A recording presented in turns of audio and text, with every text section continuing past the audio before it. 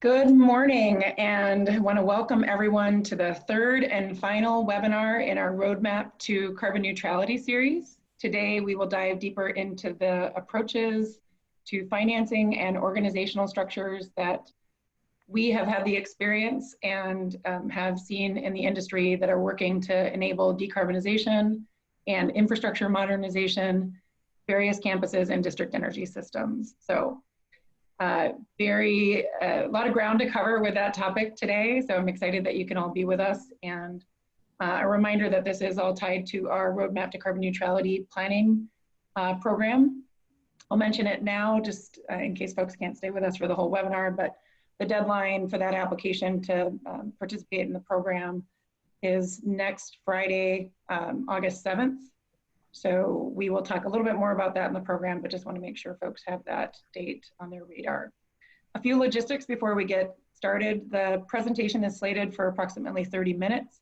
If you have questions either during or after the presentation, please use the Q&A function to enter those questions.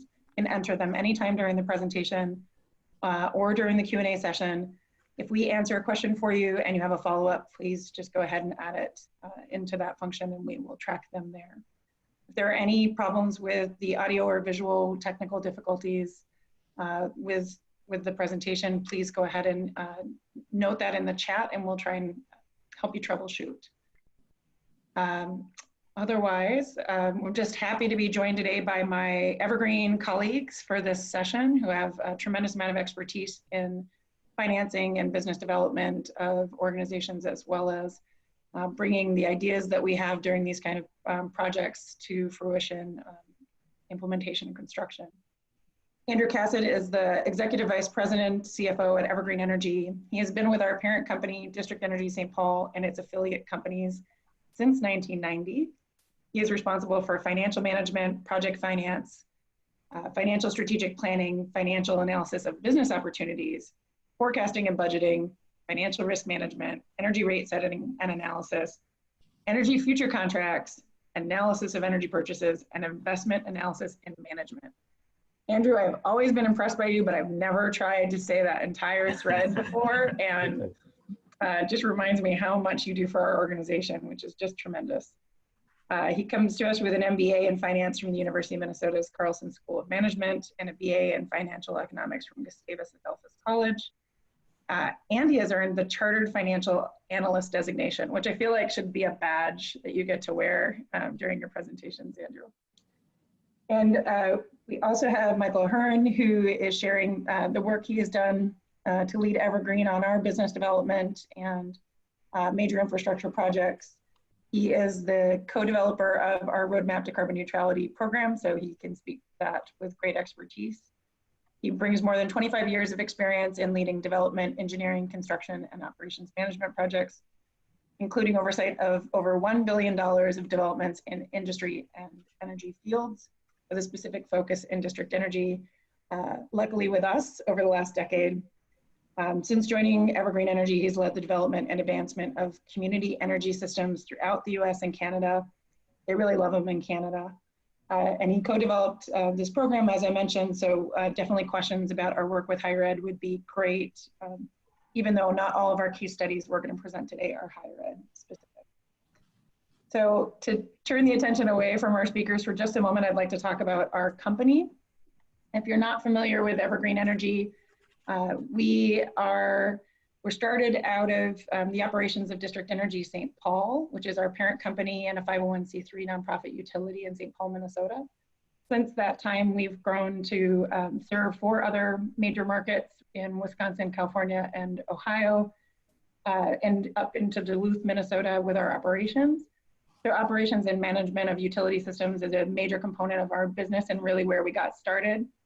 And we have expanded that work into the energy engineering and planning part of our business, which is where we've really had the opportunity to do some of the case studies that you'll see today, where we're able to work with a client and help them envision where they want to go with improving their system and be along for the whole process as they move towards implementation and construction.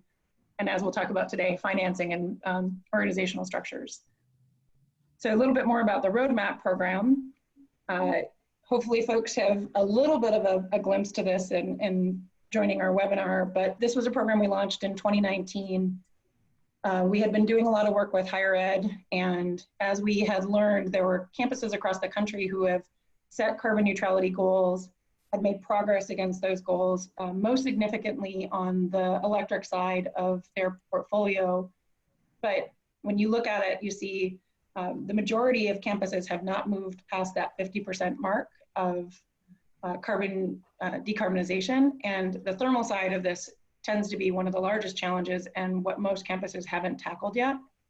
So we're really happy that we've been able to move into this space, but as we thought about how can we help move that dial and how can we help these campuses get to the tangible outcomes they have committed to, we offered up a program, again in the 2019 cohort, where we selected 3 schools that we would work with and offer pro bono planning services to get them from study to implementation. So we picked 3 Minnesota schools, and we weren't playing favorites. I have to admit that most of our applicants last year were from Minnesota, with 1 application coming in from Iowa. So really hoping this year we can get a more national application pool. University of St. Thomas being a private urban campus, University of Minnesota Morris being an extension of the University of Minnesota state program in the western part of Minnesota, and the College of St. Benedict, which is also a bit more of a rural campus and about an hour and a half north of Minneapolis-St. Paul area. Each of these campuses very distinctive in their makeup of students, their emphasis on academic curriculum, and where they're at on their carbon neutrality journey. We're not going to focus on these schools today, but we do have information from our previous webinars on these, and plan to publish a little bit more information when the schools are all wrapped up for the year, which we expect to happen in the next month or 2. So this is really just our background on that, but now we're going to shift into talking about our case studies and these approaches. So head over to Michael and Andrew. Thank you, Nina, and welcome everybody. As Nina mentioned, today's focus is really on moving past the technical side and getting into the approach, both from a financial and organizational perspective, of how to decarbonize campuses, how to decarbonize communities, and various structures that are being deployed to do that. As we walk through this today, by no means is the list of examples that we're going to walk through intended to be comprehensive. And these are just some examples of systems that we've been involved in lately that have started to decarbonize, implement those programs, and we'll talk through some of the details of exactly how we've helped those campuses and communities do that with varying business structures and financing approaches. So here's some of the lists of what we'll talk through today, and then we'll do some walk through some summary items and talk about some of the risks and key components of each as we go through. The first system that we'll talk about is our parent company, District Energy St. Paul. Heats and cools a large portion of the downtown urban corridor within St. Paul, roughly 30 million square feet. We serve several campuses within a campus on this system, both secondary and post-secondary, including St. Paul College. And then it's a wide array of mixed use properties, entertainment venues, commercial, retail, residential. This is a chilled water and hot water system, medium temperature hot water. We also have biomass fired combined heat and power integrated, solar thermal, thermal storage, and we leverage free cooling through various parts of the year to reduce our carbon profile and give our customers as cost-effective of a solution as possible. District Energy St. Paul is a 501c3 nonprofit set up through relieving the burdens of government. It is a P3 development between the state of Minnesota, city of St. Paul, and the downtown St. Paul building owners. The initial financing took place in 1982 for heating and 1991 for cooling. In the last 38 years, we've issued $430 million in revenue bond debt. That includes refundings. The initial system received credit enhancement from the City of St. Paul to subordinate the revenue bond issues, which was key to getting the systems off out into development. After the initial 10 years of support, we repaid those loans, and today there's no additional support from the City of St. Paul. We also received federal grants and state grants to support the initial financing. We have long-term customer agreements with the building owners. They're cost-based rates. We have customer representation on the board along with City of St. Paul representation. With the cost-based rates, they're approved by the District Energy Board and then regulated by the City of St. Paul, which then reviews the rates and then approves them each year. The debt finance, we're 100% debt financed through revenue bonds, and we received an A- credit rating stable from S&P. The bond issues are traditionally 501c3 tax-exempt debt based off the customer base of our tax-exempt customers. Exempt facility tax-exempt bonds for distribution system costs. We receive allocation from the state of Minnesota tax-exempt bonding pool. And then we round that out with taxable bonds to cover any additional financing needs. And Andrew, I think I've heard you say in the past that a key component of that rating is just the strength of the energy service agreement that we have with system customers. That's really the fundamental component of structuring a business in this manner. That's correct. We've been rated for the last 8 years from S&P. The last rating was in 2017, and they review it annually. And the strengths are based off the customer contract, the board and rate structure, and the long-term management of the system. And then when you set this up and you set this business up, you included in the energy rates are you develop reserves both for capital equipment replacement and unexpected maintenance and so forth, correct? Correct. So with a cost-based system, you have 100% debt financing and you have no equity with the nonprofit. In order to cover any rate issues with future expenses, capital expenses that are unforeseen or maintenance costs, you need backup reserves to cover any of those potential instances. Great. And as Nina said, we'll go have Q&A at the end. So we'll touch on each of these, and happy to go back to any of the individual structures if folks want to send their questions in, and we can hit those after the presentation.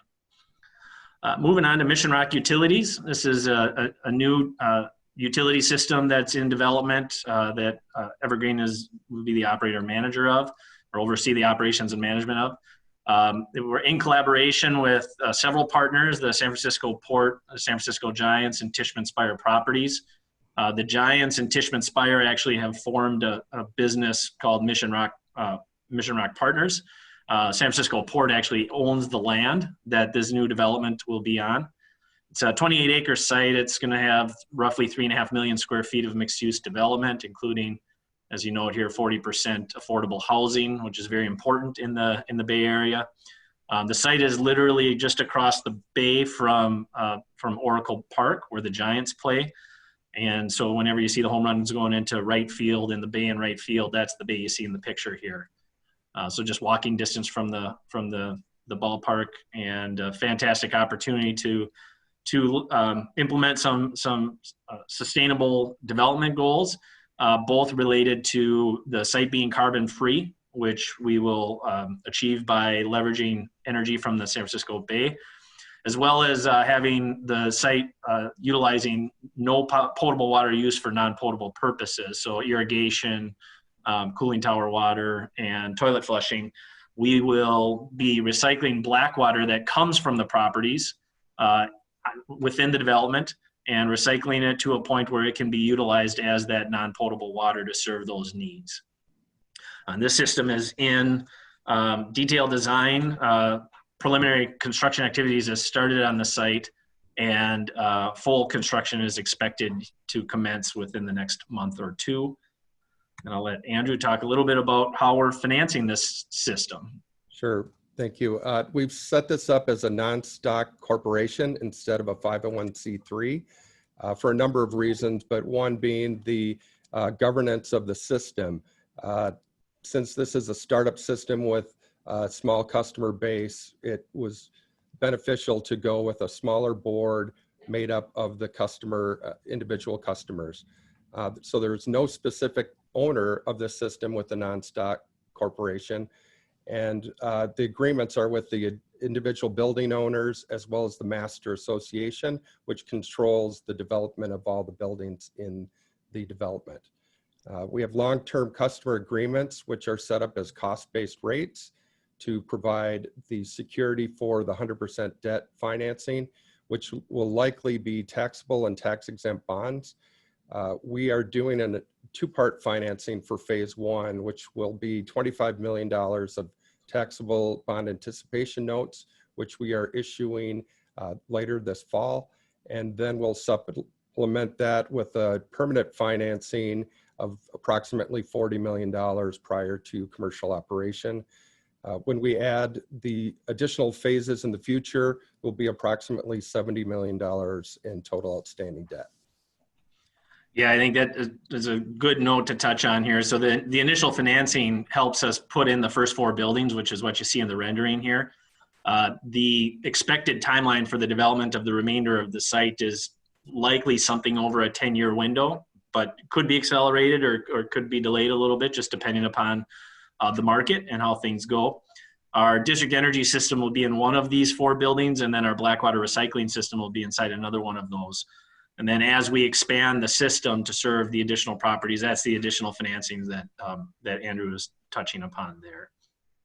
We're issuing the bonds through the California Pollution Control Financing Authority, which will allow us to access the tax-exempt bonding pool for exempt facility bonds for the distribution-related costs for the project. So even though it's not a nonprofit business, Andrew, the way the IRS code is written is for distribution systems, those can always be financed through tax-exempt financing, correct? That's correct. Per tax code 142, it allows local district heating and cooling systems to apply for the exempt facility bonds, which then each state has a different procedure, but most states allow district energy systems to access the statewide pool, which you are competing against other projects for those funds, not just district energy projects. In Minnesota, it was limited to just public institutions until about 2 years ago when we opened that up to include for-profit institutions. So now any district energy system can access the public facilities pool in Minnesota. And then that's just something we look at state by state, right? What are the rules within those individual states? Yes, each state has their own rules to apply the federal standards. Great.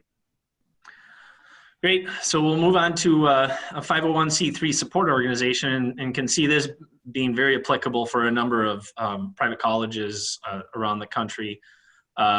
It's a Milwaukee Regional Medical Center Thermal, which is a system that we took over operation and management of back in 2016.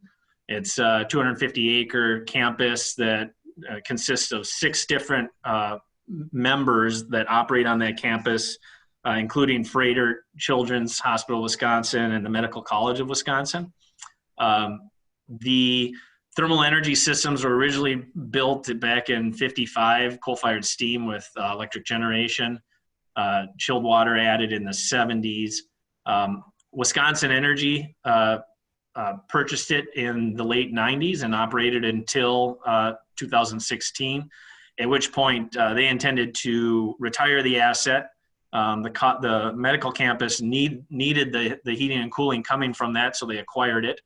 And then they went through a rather significant rehabilitation of the utility systems, eliminated the use of coal, a significant decarbonization strategy there, really upgraded all the boilers and the heating and the cooling equipment.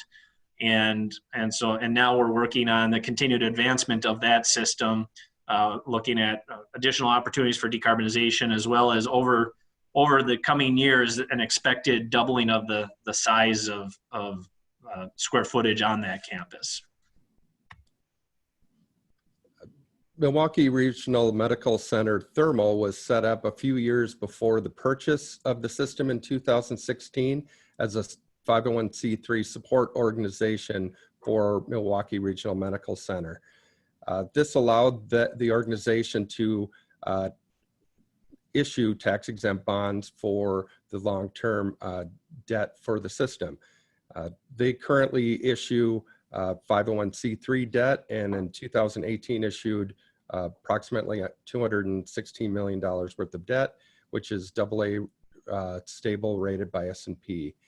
These are backed by long-term customer agreements with the individual members of MRMC, and they are cost-based rates. Since they're 100% debt financing, once again, they have significant reserves on hand to cover any unforeseen maintenance, repairs, or capital items. Great.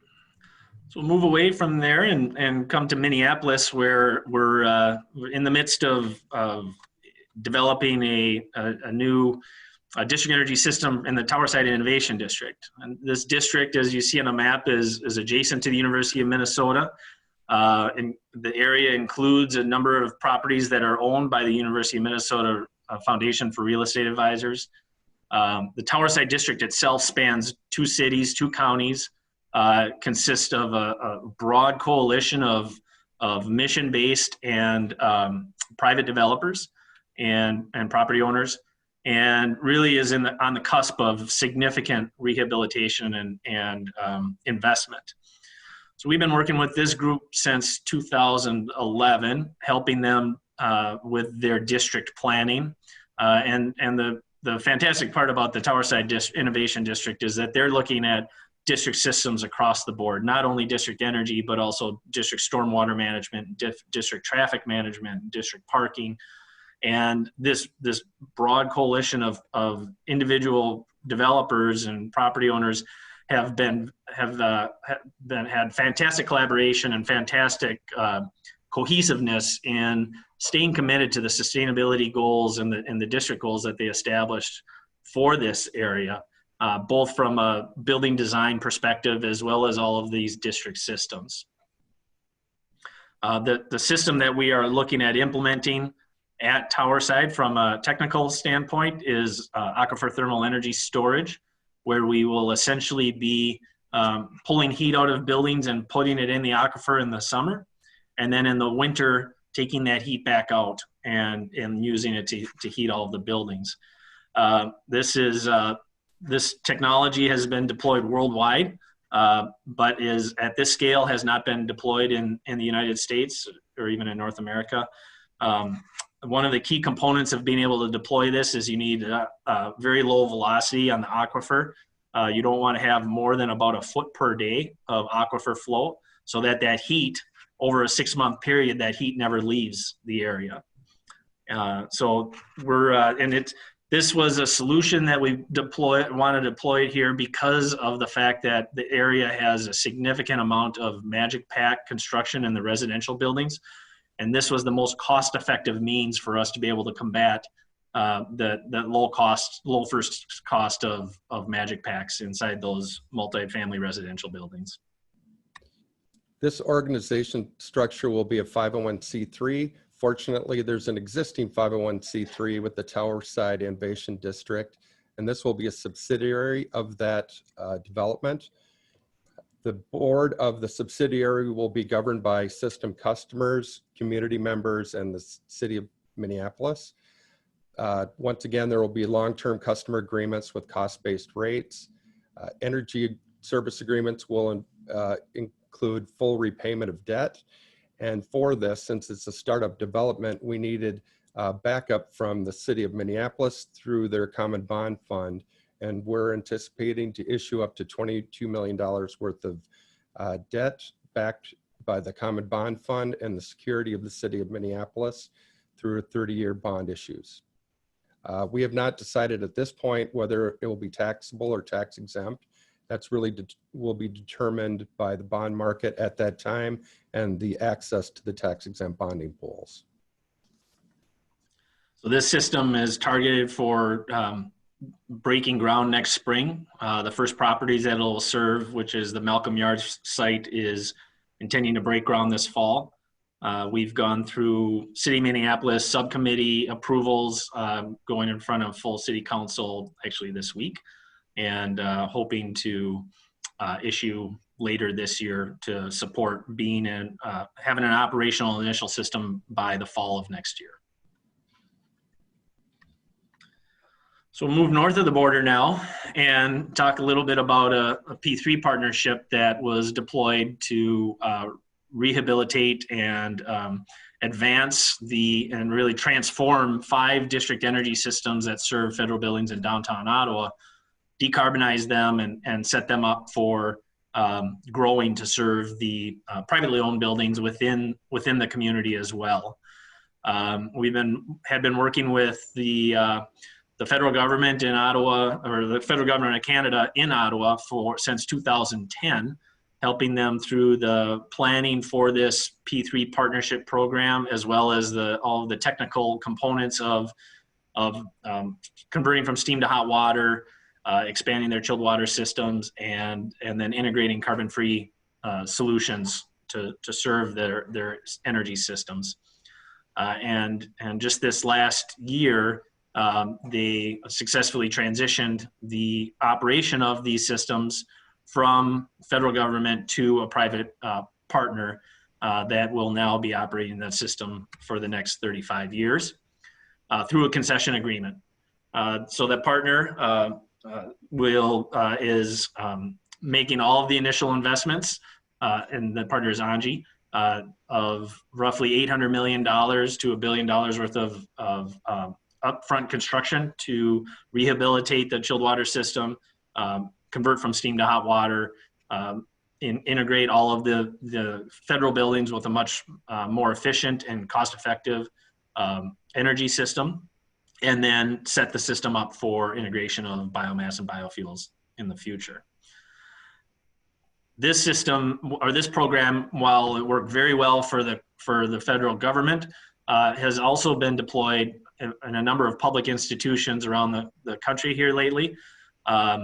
And for large public entities that are looking to rehabilitate and advance and decarbonize their energy systems, this is a nice tool for them to leverage to do that. And I'll let Andrew talk in a little more detail about that. Sure. These systems with P3 concession agreements are set up to start at a base case where you meet the cost of the business as usual case, and then over time the rates escalate. So you'll have rate stability, may not have the lowest cost, but you'll eliminate a number of the risks associated with unforeseen maintenance and capital items, which then would be borne by the concessionaire. And I think you put it well there, Andrew. It's as compared to some of the cost-based rate structures, they can have high confidence in the cost certainty on the factors that they are able to. Clearly, commodity pricing changes, and that's a flow through under these structures. But as it relates to the shedding of the risk around long-term maintenance costs and operating costs, typically the P3 partner is taking on that risk and giving those public bodies some cost certainty. So they'll pay a premium in the cost for it, but they also then can lock in on what those costs are going to be and have confidence with that. Right. So we'll move to a municipal owned structure, system in Duluth that's owned by the city, serves the majority of the downtown area of Duluth, including as we are transforming this system, we'll be connecting or have connected both the major hospitals in downtown Duluth as well. We took over operation and management of this system several years back in 2012, I believe. Correct. And have one of the key components of when we took over operation management of it was at the time a once-through steam system burning primarily coal, rather inefficient, rather inefficient, both from an energy standpoint as well as from a water use standpoint, since it was a once-through steam system. We developed detailed plans to advance and decarbonize this system.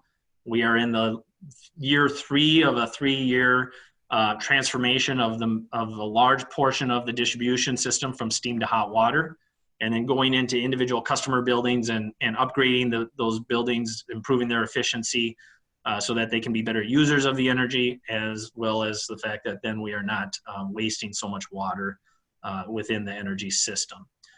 So we're at the end, or this is year 3 of that. We also are going through a rather significant expansion to serve a new regional exchange district, which is the medical district of Duluth. And that expansion will roll into next year as well.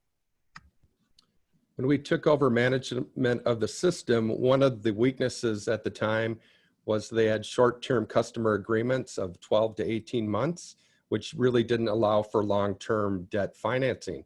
So in order to change that dynamic, we switched in 2012 to refund all the tax-exempt debt and with taxable bonds, which allowed us to enter into long-term agreements with the customers. Since then, we've added long-term agreements for both hot water and steam. And as we move forward with those new agreements, now they're cost-based rates, which then cover all the costs associated with the system. It is a municipally owned system, so ultimately the owner is the city of Duluth, but the rate structure is designed to cover all costs. We can issue taxable debt and also have the option for tax-exempt debt for the distribution system, as I mentioned before, with access to the public facilities pool in the state of Minnesota. For the hot water construction, we received state bonding a few years back, totaling approximately $21 million to do the initial phase of the hot water transition. Since then, we have received another $6 million for the additional expansion that will occur in the next few years.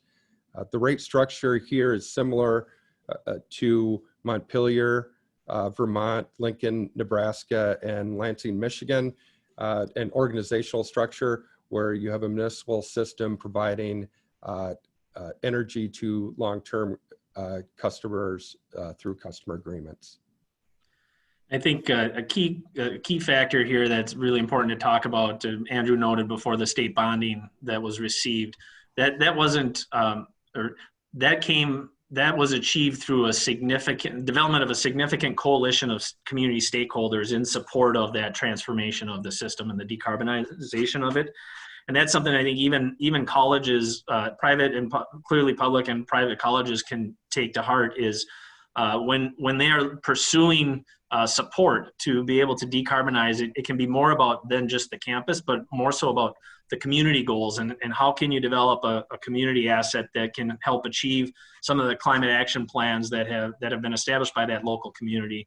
That becomes a better story within each state jurisdiction for why it would be important for them to support those advancement strategies and those decarbonization strategies. And that's something that we deployed significantly in Duluth in collaboration with the city of Duluth and with a number of stakeholders, both public and private stakeholders, to have that large coalition at the state supporting this advancement. The last system or last structure we'll talk about today is just a traditional for-profit model. Example being CoolCo, which is owned by Harrison Street, an investment management firm that we've been operating and managing this system in Ohio since last year. And Harrison Street, when Harrison Street acquired the system. And this is just but one example. There are for-profit energy systems across the country, countless examples of those. And they can set their, each individual entity sets their rates in a different manner. They can be cost-based, they can be fixed rates. And these systems, this is a fairly traditional model and fairly self-explanatory of how these utilities get financed and set up. Typically, they're doing with some mix of debt and equity. And Andrew, maybe you can touch on how typically these rates for these systems get set? Sure. They can be set as cost-based rates or fixed rates with escalators, and each system's a little bit different. Most systems do have long-term customer agreements, and that provides for some stability in customer rates and adds to the value of the system. Great. So now, Andrew, you're going to touch on just a quick overview of some of the primary components of what we talked through with these different structures. Sure. We've put together these slides with private, nonprofit, non-stock corporation, city-backed debt into one group, because essentially they have the same capital structures with 100% debt financing, cost-based rates, which provides the lowest cost initially, but if there are unexpected maintenance or capital items, those will have to be passed along through the rate structure to the customers.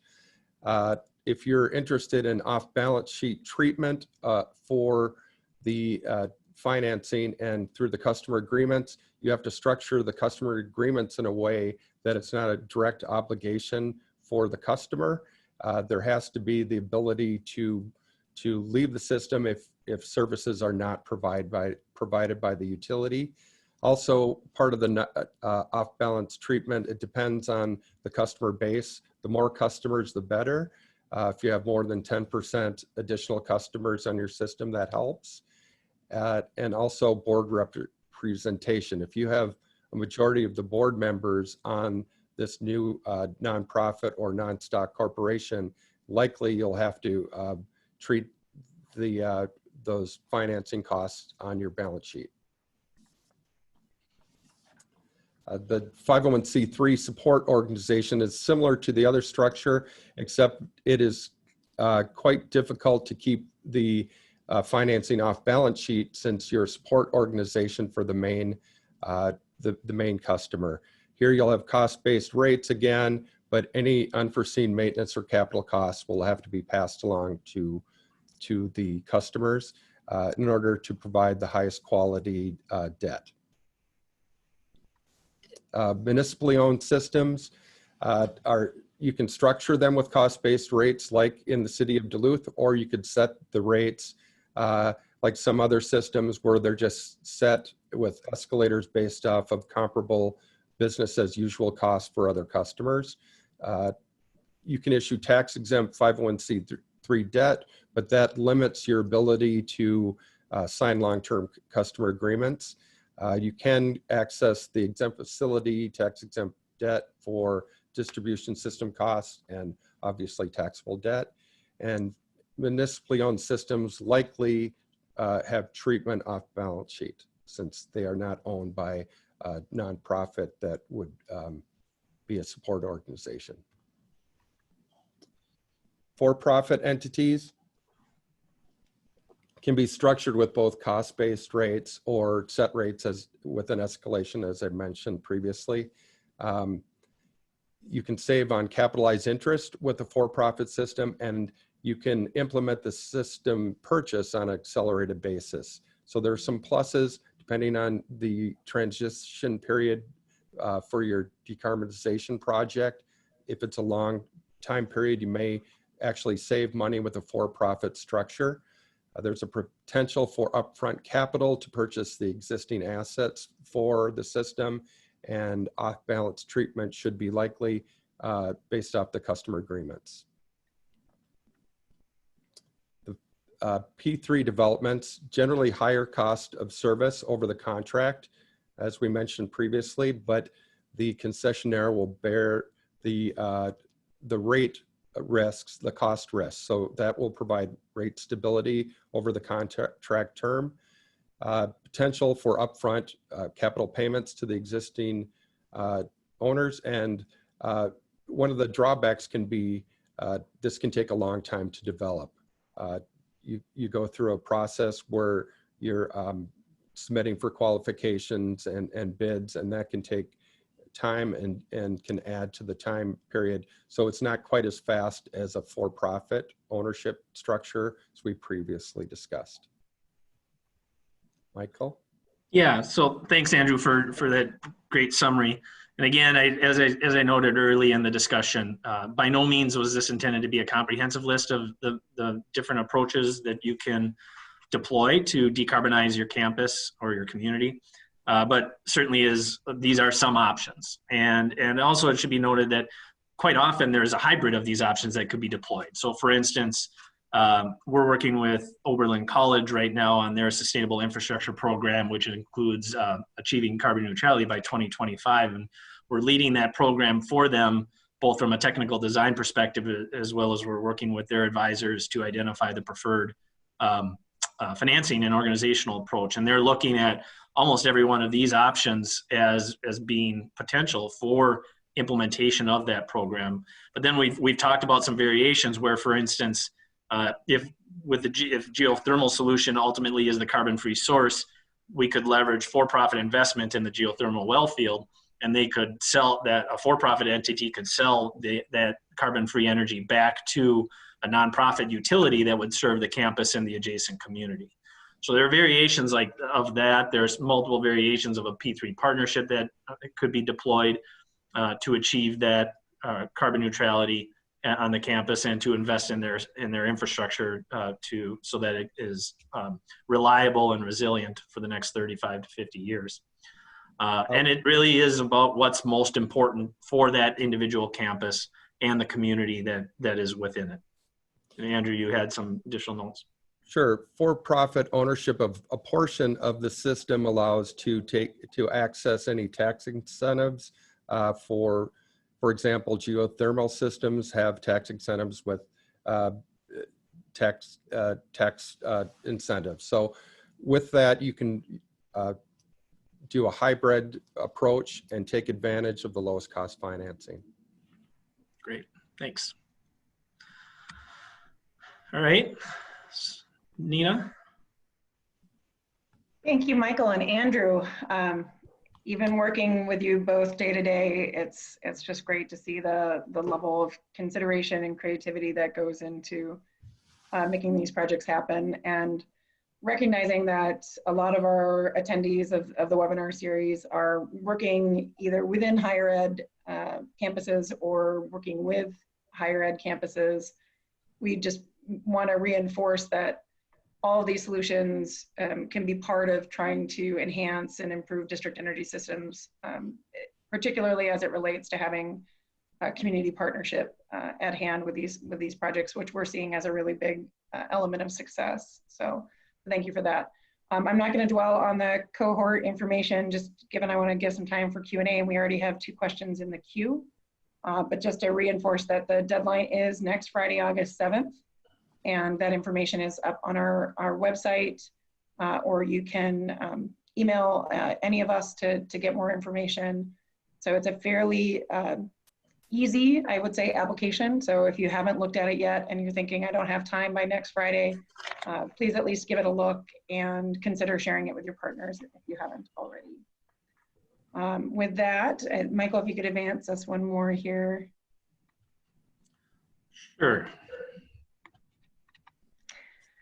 Just to make sure that as we go through Q&A that those email addresses are up and available. So I love that both questions are already getting right into the nitty gritty here. The first one being if, for example, one building within a single net lease and another is a triple net lease, how would we handle the billing for the Mission Rock development? And how will we get through the first years while the buildings gradually become occupied? And again, just as a reminder for folks, the Mission Rock project is the multi-use development in San Francisco. And Michael, do you want to take us? I'll let Andrew, I'd like you to take that first. Well, we are billing the building owners directly for both the district system and the Blackwater system. And those costs will then be billed at a master level for each building, and they will bill the tenants directly. So we're not involved in those pieces with their tenant charges. We bill each building separately. With this development, it will be in phases. So some of the initial operating costs will be capitalized as part of the financing and to provide rate stability over the term of the build out of the project.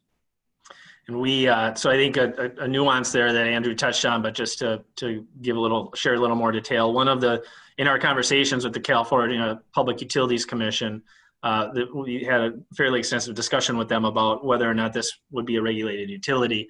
And one of the arguments for why it wouldn't be is that, as Andrew said, we're billing at the building level, not at the tenant level, not at the individual tenant. Now, the site is a mixed use, so there's some residential and then there's some commercial and retail and entertainment. But from a utility systems perspective, the billing will only end at the building level, and then each individual building owner is determining how they are going to allocate those costs, whether it's through the CAM or individual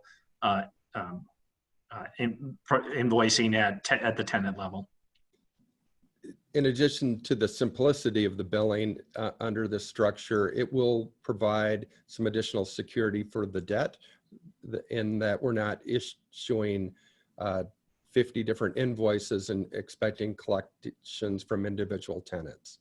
So this does help support the long-term financing.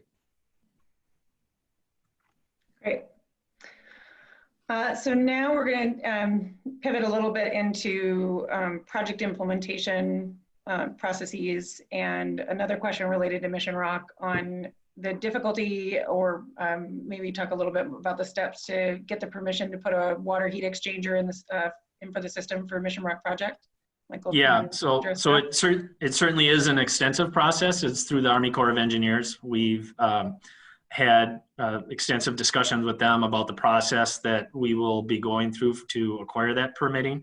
The Baywater Energy Exchange is actually going to be implemented during phase 2 of development of the site. Phase 1, we will be putting in traditional assets that will then become redundancy for the system if there's ever a disruption with the Baywater Energy Exchange. We're expecting that permitting process to be roughly 12 to 18 months. There is precedent in San Francisco for just a few miles away where a Baywater Energy Exchange system was installed, and the Army Corps is allowing us to look to that, the technical decisions that were made with that system and replicate those philosophies and those design guidelines, which we hope will help expedite the process, but we are still expecting a worst case scenario somewhere in the realm of 12 to 18 months. Great. And actually, one last thing there, and that was another component of why we are looking to implement as part of phase 2, so that it does not put serving the initial buildings at risk. We have the traditional assets to serve the initial buildings while we are going through the permitting process for the Baywater Energy Exchange. That's a great consideration for that project. Thank you for that, Michael. One more on billing, Andrew, so be prepared for this one coming your way. How are we planning to meter the billing for the individual tenants to create the aggregate bill? We will have master meters at each of the buildings, and those then will be allocated based off of a formula based off of the usage for the tenants based off of square footage and the type of facility it is. There is the ability to sub-meter tenants. We do that in St. Paul quite often, and that then you can use those timed meters to allocate usage between tenants. We usually do that for the energy portion, and then the demand portion. In St. Paul, we have a 2-part rate structure, and the demand is based off of square footage for residential tenants. The other component of that is depending upon the technical solution that's deployed. We've talked on previous webinars about beneficial electrification being a component of many of these systems that we're implementing. And so to a large extent, and this is the case both at Towerside and Mission Rock, to a large extent, the individual tenants, their primary energy consumption is electricity with heat pumps. And so that metering and billing is coming directly from the local electric utility, does not need to come from the thermal utility. And then the metering on the thermal side is just at the building level, and it doesn't need to get as granular as at the tenant level, just because it's a minor component of the overall energy consumption on site. Great. So we've got about 10 minutes left, and we don't have any other questions in the queue right now. There was a lot of content in the presentation today, and I recognize that you're compelled to go through it in a bit more abbreviated fashion. So before we tackle any other questions, I just want to give a moment to say, is there anything else from today's case studies or generally from kind of the collective experience that either of you would like to just make sure is a key takeaway for today? Sure. With a number of these systems, in order to do the conversions inside the building, we've rolled those costs into the overall financing and the overall rate structure. For some of these systems, you need all the customers. You can't just have 2 or 3. And this is a way to spread the cost out among all the customers in order to have a viable economic system. That's a great point, Andrew. Yeah, and then I would just add that while several of these examples were not specifically about college campuses, all of these examples are about systems being decarbonized, and many of these, if not all of these structures, are easily transferable to campus, college campus and university campus scenarios and opportunities.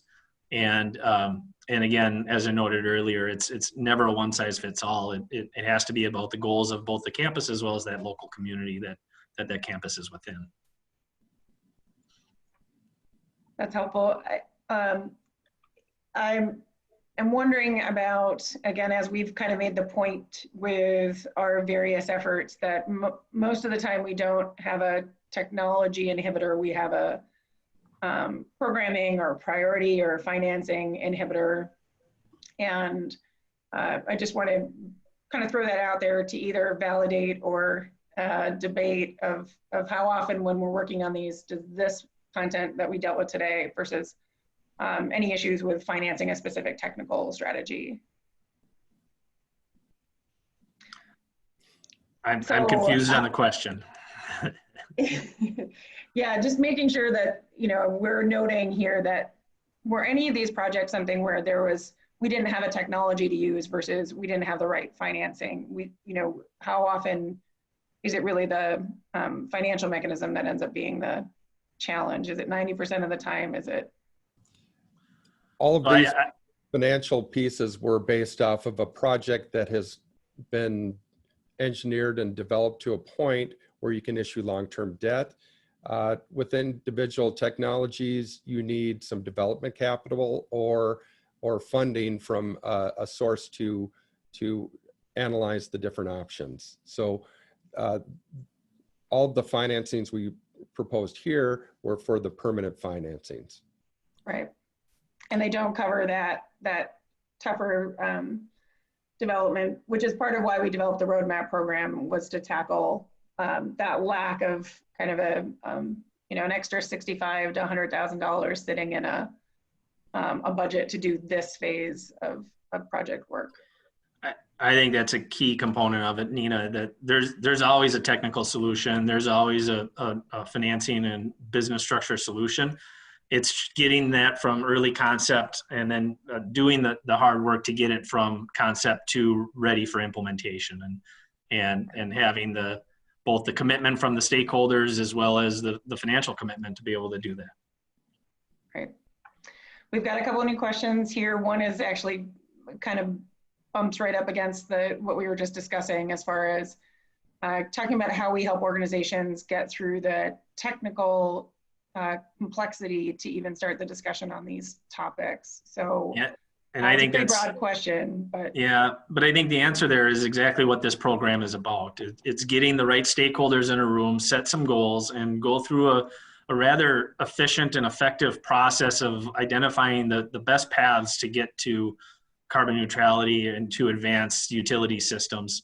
And it's not a long process, but it's more so about making sure that A, there's clarity around the goals, as well as B, that you have the right mix of folks in there, and it's financial, and it's facilities, and it's the sustainability department, and it's the operations team, we need and leadership within a particular campus. You need all of those folks at the table so that there's a collective acceptance of where you want to take the campus, and a collective acceptance of the different options that could be deployed. That's helpful. Andrew, would you add anything there? No, I think you touched on the points. Okay. And certainly we'll note, obviously, we helped 3 campuses through those aspects of discussion over the last year, and we have 2 openings within this program. But if folks just want to discuss this exact point, and we've offered that to folks who are applying as well, we would happily just help you brainstorm how to bring that convening together, just because we've been through it enough times. And if you need someone to bounce some ideas off of, we're just really open to that discussion. We don't want to see people get stuck at that stage of a program. So one more question that has come up in the queue of when you're developing a solution for a new build, how do you create an investment level energy model so you feel comfortable financing the energy system? Yeah, and it really is it's a two-part development of modeling when we look at these solutions. The first is the energy model itself, so we can understand the needs of the campus or the community and of the individual buildings, and how those aggregate to identify what your technical solution is for serving those buildings and that load.